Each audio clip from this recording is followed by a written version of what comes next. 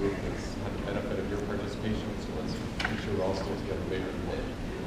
There are 4 of us who will be assessing your presentations, both on the design content as well as the presentation quality.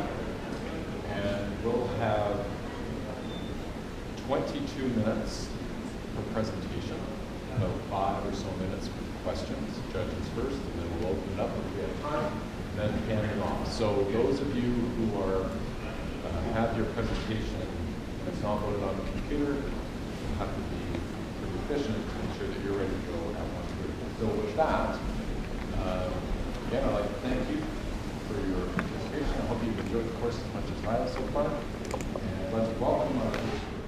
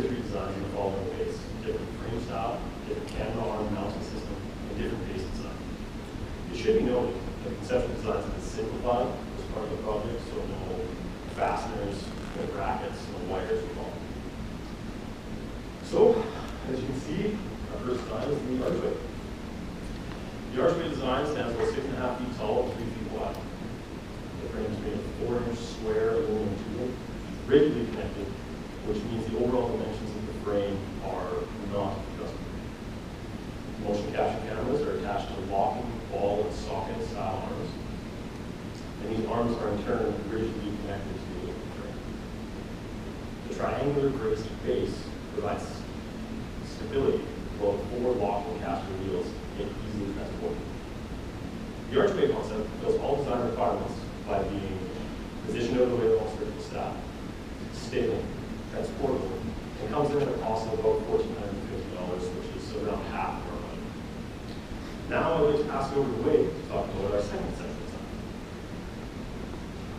renewable students. So this is our conceptual design tool. It's called the T-shape frame. This design has two rigid bodies on each side of the searching net. And as you can see, its height is 6.5 feet, and the width of the top horizontal bar is 0.5 feet. And each T-shape frame is made of 4-inch by 4-inch aluminum tubing. The base is made of a circular steel plate, and its diameter is 18 inch. There will be 5 cast wheels attached to the bottom of the plate, and all wheels are lockable. The frame arm will be mounted on the C-shaped holder by using nuts, and all C-shaped holder can be freely moved around the frame to any desired locations. Then, corners are fixed to the frame by stainless plates. The estimated cost of this design will be $2,400, which is under our budget. Next, I will ask Mohammed to introduce concept. Alright, thank you, Ray. So now I will be talking about the third shape, which is known as the L shape. The L shapes come in two rigid bodies, which means there will be two L frames for this concept. The L frame is made up of a 4 by 4 inch aluminum tube and has the height of 6.5 feet and a width of 1.6 feet. As you can see from the picture above, there are camera and camera mounts that are fixed to the frame, which is using the mounting plate. Mounting plate is made up of aluminum plate, which has a dimension of 4 by 4 inches. They will be mounted to the frame by using 4 bolts and 4 nuts each. It can be either mounted on the horizontal or vertical sections of the L-shaped frame. The L-shaped frame will be placed onto 2 separate circular bases, and the base has 5 extra wheels on each of them to ease the transportation and also the movement before and after the surgery. Now, to talk more about the recommended design, I'll pass the presentation to Taylor. Thank you. So after analyzing all 3 designs, it was clear to the team and was clearly to the client that the L-shaped frame would be best suited to their design criteria. The L-shaped frame was selected due to the compact design. Space in an operating room can be a rare commodity, so having a small footprint and good stability is essential. Although the T and L-shaped frames appear similar, they have a few key differences. We found safety to be a bit of a concern with the T frame. The long horizontal top bar allows for more camera attachment positions, but the bar is roughly at head height, so this poses a potential safety risk to any medical personnel moving around the operating room. It was also determined that the extra attachment points weren't necessary, as the camera arms themselves offer adequate range of motion. The T-shape was also less compact and more expensive to produce. The archway design was not selected because it was determined to be too bulky for transportation and storage. And it's one single frame, so it's not adjustable, which means less flexibility. And this can be an issue because the operating room layout can change depending on the surgeon or anesthesiologist on staff. So that's the reasoning behind our design choice. While the L frame was selected, it should also be noted that the best parts of each concept were applied to our final design. Now let's look at some of the changes. So I'd like to present you the Verta frame. We added a removable connection bar up at the top. This allows for a sturdier configuration for maximum stability. However, the frames can still be separated and moved around individually around the operating room, just to allow a better field of view of the surgical field. The concepts didn't have a connection method specified. Our team decided that a bolt connection method would be used.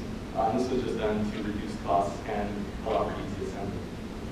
Third change we made is that the square aluminum tubing was downsized from 4 inches to 2 inches. This is cheaper material either to obtain and to reduce our overall costs. The final change was that the base diameter was decreased from 18 inches, or increased, sorry, to 20.5 inches, just for increased stability. And now for more detailed overview of the design changes, let's go back to home. All right, thank you, Taylor. So as I mentioned in the previous slide, there will be a connection bar in the vertebrate configuration. The purpose of having connection bar in the middle is to give more area of coverage to the camera during the operation. That means the area right on top of the patient will be covered during the operation. Without the connection bar, there will be separate L frame on each side. That means the area directly on top of the patient will not be covered. The connection bar is made out of the same material as the L frame, which is aluminum tube, and has the dimension of 1.5 inch by 1.5 inch, and has the length of 2.3 feet. By having the connection bar, the frame configuration can be adjusted. The width can be adjusted from 3 feet up to 5 feet. The mechanism that will be used to lock the connection bar in place is by using quick release locking pins. The reason why we're using the quick release locking pins instead of bolts and nuts is because the time to set up the configuration will be much faster using the quick release locking pin. And now I'll pass to Jenna to talk about the base of the frame. Thank you, Mohammed. Our base subassembly has 3 notable features. The first feature is the shape. The shape is circular. This just reduces the risk of tripping compared to, say, a leg design. The second feature is the material. Our base plate is made of steel and will be black powder coated. This increases the durability, reduces rust, and makes it easier to clean. Since we are dealing with a surgical operating room, cleanliness, sterilization, that's important to the client, so it's easier to clean. And then the third feature is our antimicrobial cast wheels. There's 5 wheels attached to each base, and each wheel has a braking feature. The feature locks swivel rotation as well as wheel rotation, and this just adds to the stability of our design. Now I'd like to invite Mohammed back, and he'll talk about our camera arms and mounting system. All right, thank you, Jenna. So the camera that will be used together with the frame has been specified by our client, which is known as the Prime 30W. The camera will be mounted to the frame configuration by using camera arm.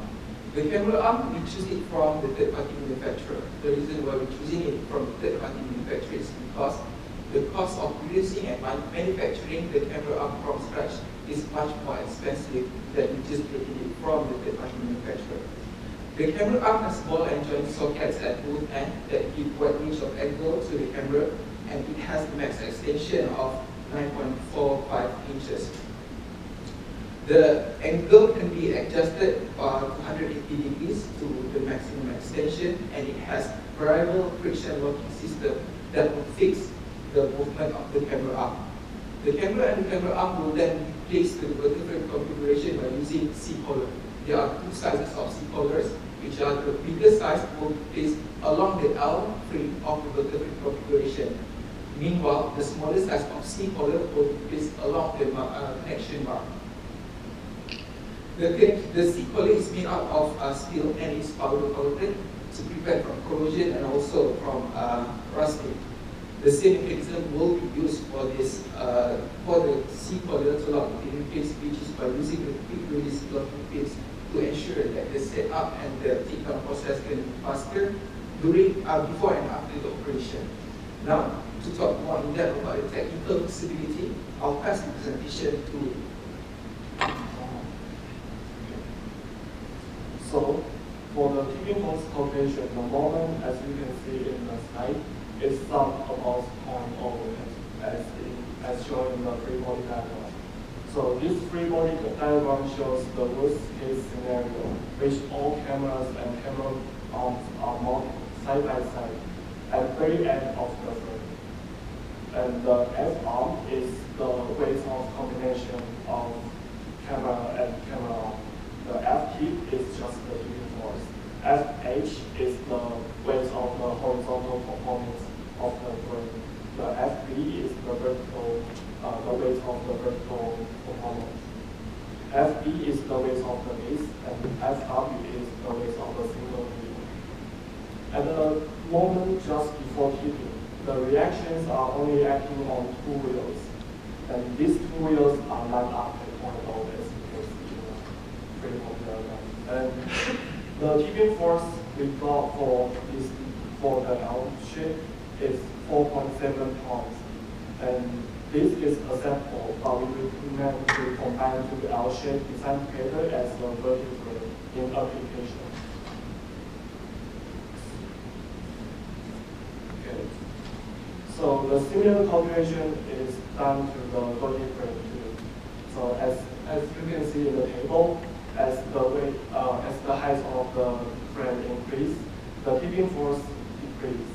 So the worst scenario will be the force applied at the top center connection bar. And by this, the tipping force is 15 tons. But this is not likely to happen during the real practice, since during the surgery, no one will intend to touch the top center of the frame. And in the surgery, they say if a personnel accidentally kick the frame, it's at height of 1.5 feet, and the tipping force will be 64.5. And this is reasonable, also meets all kinds of requirements. So next, I'll ask the Boston to talk about FDA analysis. Thanks, Wade. So after the tipping calculations were performed, we wanted to do a quick stat analysis to ensure that no components of the rotor frame would fail under normal operating conditions. To do this, we ran a simulation in the model software SolidWorks. First, we only took the load of all 6 cameras and camera arms, used that applied to the frame. The results show very, very little stress applied as the combined weight is only about 10 pounds, so it is able to steel. Next, we took the maximum tipping forces of the platform, and we came with a very similar result, very little stress compared to the load yield strength. So it really showed that it would tip long before any of the components would fail. And finally, we tested what we came up with as our worst case scenario, and that's what's shown above. So in this configuration, a force of 100 pounds was applied to the top of the rotor frame, as widest possible configuration. So the scenario that we kind of have for this would be maybe a child is jumping around, grabs the middle, So the resulting maximum on ice stress in the aluminum tubing was approximately 4,000 psi. This gives us a factor of safety of about 10. This force produces maximum displacement of only 0.05 inches at the maximum point. And that really just further illustrates that the rotor frame is easily able to handle this worst case scenario. Now I'll get Taylor to come back up and talk about cost analysis. Thank you. So for economic feasibility, our plan specified a maximum budget of $3,000. They also specified that the fabrication was to be completed by the mechanical engineering machine shop. So we consulted with the machinist and came up with an estimated cost of around $600 for fabrication. So this includes things like CNC machining, water jet cutting, and powder coating. The raw materials were sourced locally. Fasteners and brackets were found online through MasterCard. Camera arms and casters will be ordered directly through manufacturers. And as we see from the chart, the camera arms are the most expensive part of the design. However, they're perfectly suited to the job of having secure locking arms, full range of motion, and quick adjustability was specified by the client. As such, a high quality and slightly more expensive product was selected. And at $140 each, they are still considerably cheaper than anything we could design and manufacture ourselves, especially on such a small scale. So total projected cost for one rotor frame is under budget at $2,750 Canadian dollars. So now to summarize the final design, I'll just invite Jen back up to the podium. Taylor. So I'd like to summarize our presentation in 2 main points. The first is that our rotor frame project meets all 4 of the original essential design criteria that I specified at the beginning. So to refresh your memory, the rotor frame will not interfere with any surgical personnel. It's a very compact design. The camera arms and mounting system that we have also chosen allow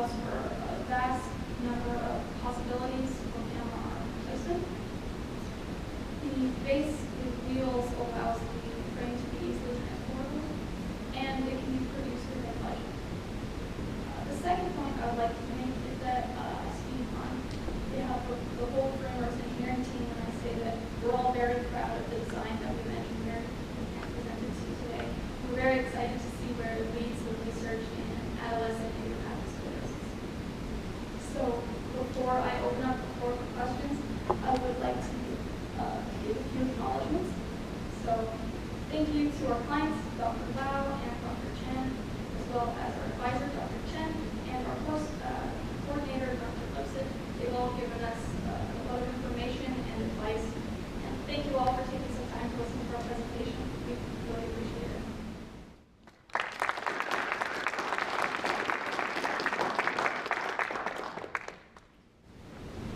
Thank you very much. Your judges has a question. It's Warren. As part of the analysis for determining what makes that successful, do you have a chance to talk to anyone from the hospital or the doctor's office at the patient side?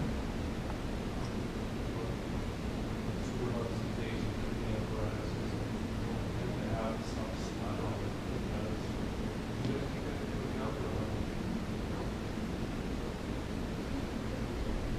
Sure. Yes, most of our material is all either aluminum prevented from corroding and fasteners are the same as steel. The wheels selected are antimicrobial, specifically used in operating rooms. I know our client did specify that after every surgery it would have to be wiped down, so we made sure that the antibacterial solution solvent they use is compatible with our materials.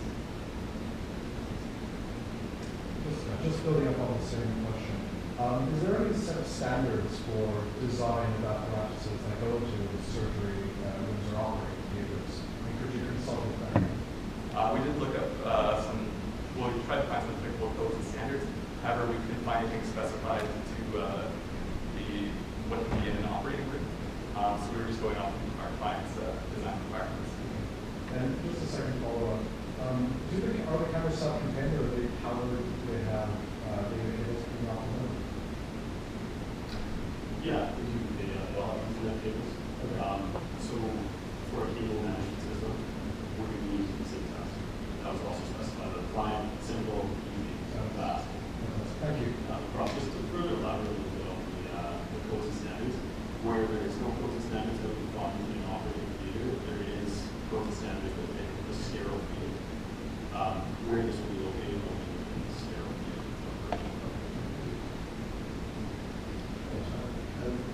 In your cost estimate, you're around 90% of your budget.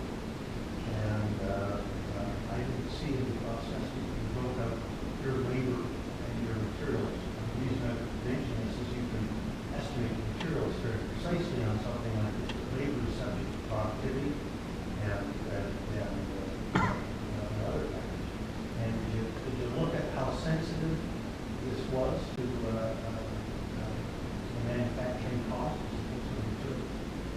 Yes, when we spoke to the machinist, he provided an extra 30% as far as pricing for our fabrication, and that's what we used for our process. Do we have any questions from the floor, please? So you did some calculations to figure out your tipping force for your frame. And in your diagrams, it looked like your tipping point was on the caster wheel, with the caster wheel poking out from underneath the frame. But if you were to slide the thing into place, then the caster wheel that you might be tipping over could be hanging, going back in. Which way did you do the calculations? And does it make much of a difference to your final value? Are you talking about, sorry, the L frame? Yeah. So if you go back to your tipping force calculation, go back one more slide. So right there, you can see the caster wheel is poking out, but it could be rotated 180 degrees, right? And then your tipping point would be further in, further away from the direction that it might be tipping. The calculation we done for the tipping force is everything is pocket and all force applied at the force now. So this is worst case scenario. And like what you said, the wheel will rotate from those make this one. That's so the calculations were done with the smallest possible wheel diameter.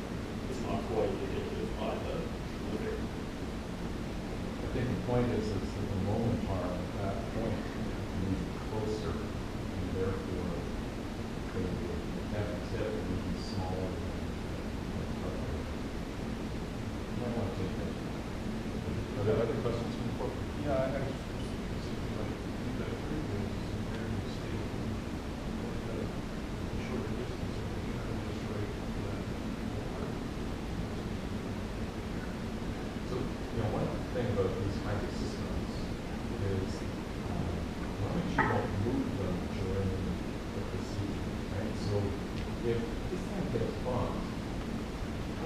not going to steal on the floor. Do some kind of friction force calculation. The wheels that we have are the braking mechanism blocks swivel angular rotation. The specs on the MecE website clearly say that the friction locking system is enough so that it wouldn't skid on the board. Yes, we calculated all the forces. You don't actually have a calculation of how much friction force on plastic goes. Nobody said to go with that, but that's definitely something we're going to use. Okay, you have 10 more days. So with that, I'm going to thank our first group very much. It's always most difficult to go first, so thank you.